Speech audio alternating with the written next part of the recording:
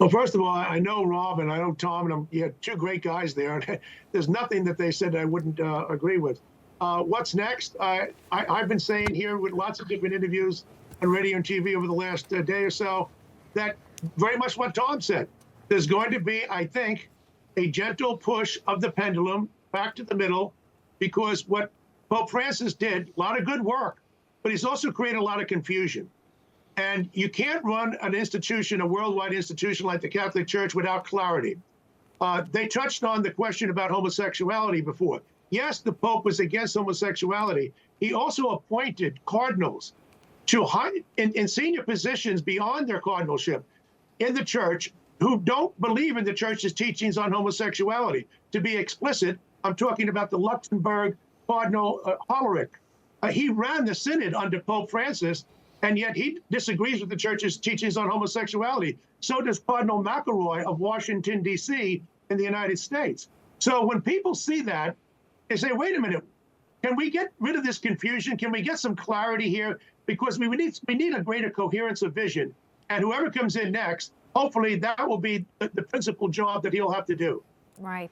And, you know, with the Catholic Church, Logan, the goal would be to continue it through the next generation, right? And reaching out to either people who've fallen away from the faith or those who are interested in joining the Catholic Church. And there's something about a Catholic Mass that's just so steeped in tradition, whether it's the hymns or it's the readings and the gospel and the homily, and you know the order of everything that's happening next. That seems to be perhaps reason why someone would join the church. Is that what you're learning, particularly from those new converts? Yes, absolutely. I would say the deep-rooted tradition of the Catholic faith is exactly what people are looking for, especially young people. We're seeing a huge wave where if you go into these Latin masses or these more traditional churches, you see families with young children there to worship the Lord. And a lot of them are converts.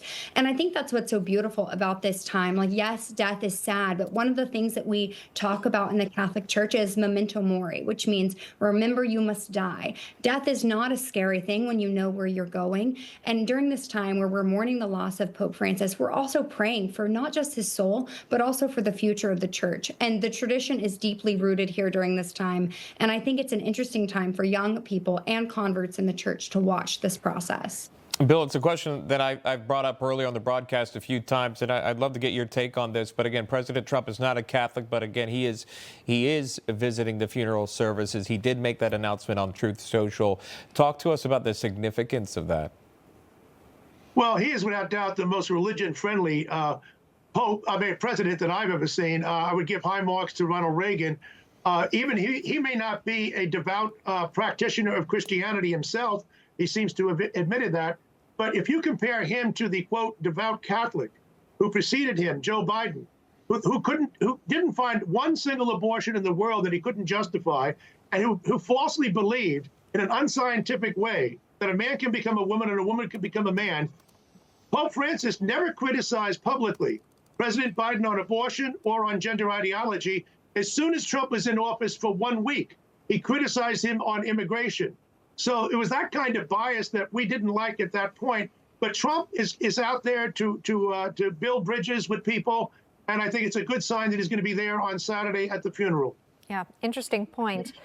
Logan, we'll end with this. Just maybe your message to Catholics who might be grieving during this time or wondering maybe if there's a way that they could reflect on Pope Francis during this time.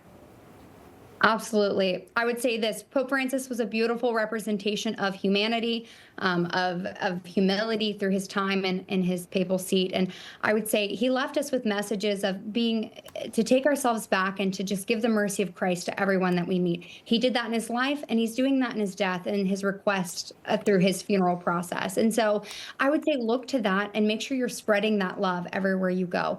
And also take this time, like I said, to pray for those who are going to be making the decisions for the future of our church. This is not a time to politicize the papacy. This is a time to join together in prayer. And so I hope that you all join me in doing that. All right, Logan Church and Bill Donohue, thank you both.